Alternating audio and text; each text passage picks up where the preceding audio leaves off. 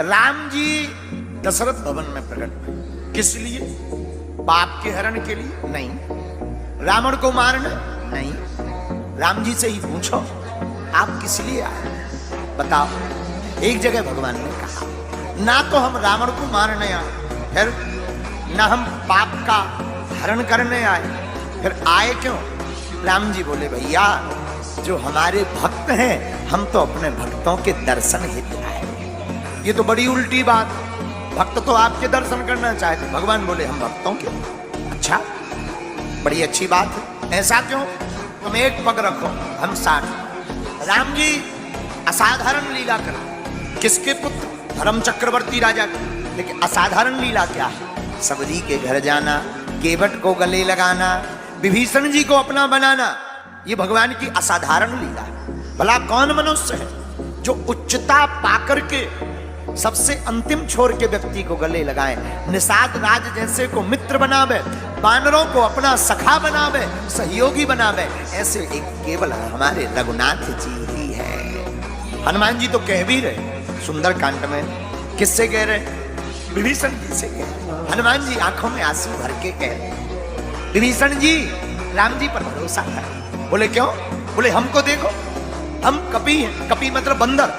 बंदर बड़ा चंचल होता है और एक और कमी होती बंदर में। बोले क्या?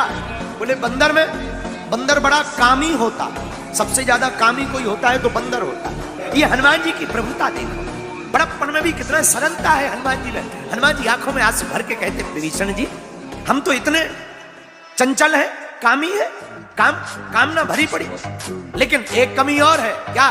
प्रातः काल कोई अगर हमारा नाम ले ले तो दिन भर उसको आहार नहीं मिलता। इतने अवगुणों से भरे हैं, फिर भी राम जी का प्रताप ऐसा। विभीषण जी से कहते हैं हनुमान जी फिर भी देखो तो भगवान का कितना अच्छा स्वभाव, मैं चंचल बंदर। अच्छा देखो, मानव कोई होता तो बात अलग, वो भी बंदर, काम का ना काज का। बंदर क्या जाने अदरक का स्वाद। ऐसे बंदर को भी बुरा मत मानना, क्षमा करना। आप लोग विद्वान श्रोता हैं पर क्षमा कीजिएगा। देखो यही प्रभु की कृपा है कि बंदर भी सुंदर हो जाता, राम की शरण में जाकर बंदर भी सुंदर हो जाता है। ये भगवान का प्रताप। लेकिन हनुमान जी का प्रताप क्या है? हनुमान जी कहते हम तो सब प्रकार से हीन हैं, लेकिन फिर भी रघुनाथ की कृपा है। रघुनाथ जी की कृपा कितनी है इसका परिचय लेना है तो जब राम जी ने रावण को मार दिया, अयोध्या के राजा बन गए, और जब सब बानरों को राम जी विदा करने लगे, विभीषण जी को किया, अंगद को किया, दधिमुख को किया, केहरी को किया, निषठ को किया, सब बानरों की विदा की पर हनुमान जी की विदा नहीं की। अयोध्या वाले बोले महाराज आपने सबकी विदा कीजिए, भाई साहब रुके हैं। तो राम जी बोले अब इनका कोई घर ही नहीं, इन्हें कहाँ भेजे, इनका कोई ठिकाना हो तो भेजे, इनका तो कुछ है ही नहीं। अयोध्या वाले बोले हमें तो बड़ा लफड़ा। अच्छा अयोध्या वाले क्यों टेंशन में? अयोध्या वाले इसलिए टेंशन में है कि राम जी बैठते हैं जब दरबार में, सोई हनुमान जी चरणों में बैठ जाते। हनुमान जी चरणों में बैठते सो काऊ की दमाई नहीं पड़ा था अभी, क्योंकि इतनी कथाएं सुन रखी कि उलट पलट लंका सब जारी, सुनते ही भयों पर्वताकारा, सो कोऊ की दम ना बंधे ऊपर से पूंछ की तरफ देखे क्या जाइए है खतरनाक, किसी की दम ना पड़े हनुमान जी के पास आने की, राम जी के पास आने की। तो अयोध्या वालों ने सोचा एक काम करें, क्या इनकी विदा करवाओ, विदा विदा जान दो। किससे कहें? जानकी माता से कहा माता जी आप भगवान से कहो कि इन्हें भी कुछ दे दो, माल पानी जान दो। जानकी माता बोली हम नहीं कह सकते। बोले क्यों? बोले जब हम लंका में अशोक वाटिका में शोक में थे, देखो कितनी विचित्र बात, वाटिका का नाम क्या है? अशोक। रावण जैसा उल्टा आदमी कहीं नहीं हुआ होगा। वाटिका का नाम रखे अशोक और हमारी माता बैठी शोक है, नाम अशोक वाटिका और माता जी बैठी शोक में। ऐसे ही रावण का एक पुत्र था, एक पुत्र का नाम था अक्षय कुमार। अक्षय का मतलब जिसका कभी ना हो क्षय, उसी का नाम अक्षय। लेकिन धन्य है वीर बजरंगबली, एक ही मुक्का में छह छह हो। जानकी माता कहती है हम हनुमान जी के जाने के लिए नहीं कह सकते राम जी। क्यों? जब हम अशोक वाटिका में रोते हुए बैठ रहे थे, हम आगे मंगा रहे थे कि प्राण त्यागना है, उसी समय जब विरह दुख में हम जल रहे थे, तभी हमारे शोक को मिटाने के लिए हनुमान जी राम जी की कथा को लेकर आए और राम की कथा से हमारे दुख भाग गए।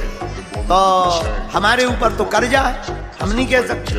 अच्छा जानकी जी ने नहीं कहा तो कहा चलो भाई लक्ष्मण जी से कहो, महाराज तुम कहो कि इन्हें जान दो कि ये हनुमान जी माल पानी तो भगाओ। लक्ष्मण जी बोले हम भी नहीं कह सकते। अच्छा तुम क्यों नहीं कह सकते?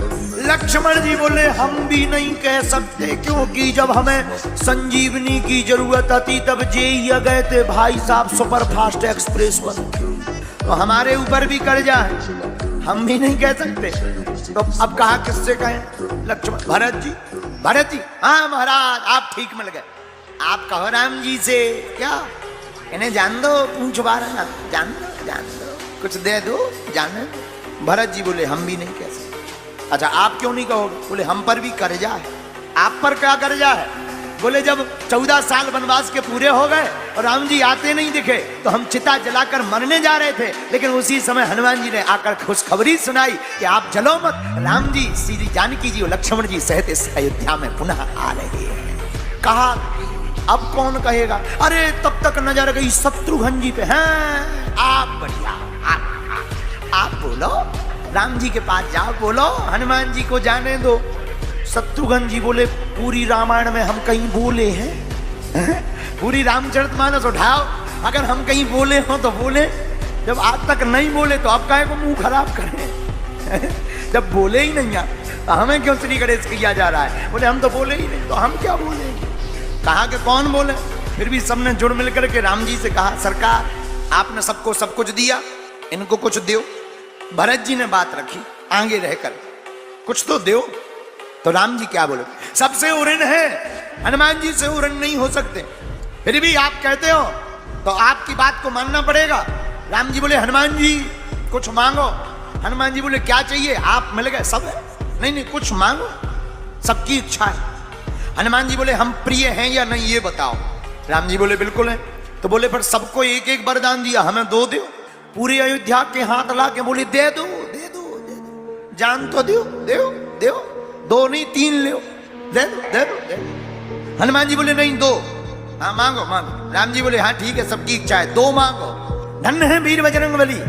राम जी के दोनों चरणों को पकड़ करके बोले आपके ये दोनों पद कमलों की सेवा जिंदगी भर मिली रहे और हमें इसके अलावा कुछ नहीं चाहिए। अयोध्या वारण अटैक आ गौ के अब तो जाते ही अब बिल्कुल ही रजिस्टर्ड हो गए। अब कैसे जाएंगे साहब? अयोध्या वाले चिंता में पड़ गए, लेकिन राम जी से पूछा कि आप हनुमान जी से कितना प्रेम करते हो? तो हनुमान जी को देख करके राम जी कहते हैं भरत जी के समान तुम हमें प्रिय हो। हनुमान जी कहते विभीषण देखो हम कपि हैं, चंचल हैं, कामी हैं, ये रघुनाथ जी का प्रभाव तो देखो और राम जी का स्वभाव तो देखो कि हमारे जैसे बंदर को भी अपने चरणों में रखकर सुंदर बना दिया।